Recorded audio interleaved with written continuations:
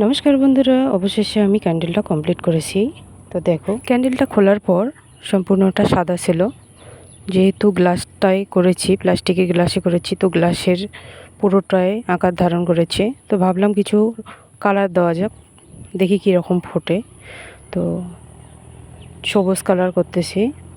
তো দেখো, যে টিয়া সবুজ কালারটা যে করতেছি, করার পরে সম্পূর্ণটা করার পরে দেখতে ভালোই লাগছিল।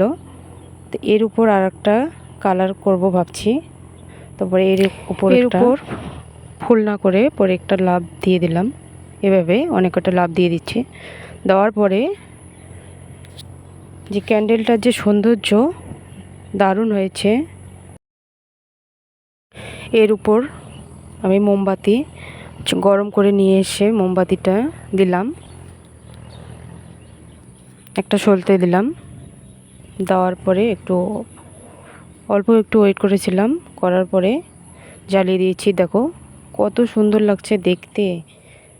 কারেন্ট চলে গেলে এভাবে জ্বালিয়ে রাখা যাবে ঘরের মধ্যে, কেনার প্রয়োজন হবে না। তো ভিডিওটি কেমন লেগেছে অবশ্যই জানাবেন, এবং লাইক কমেন্ট এবং শেয়ার করবেন এবং পাশে থাকবেন। তোমাদের একটা কমেন্টে উৎসাহ দেয় পরবর্তী ভিডিও বানানোর জন্য।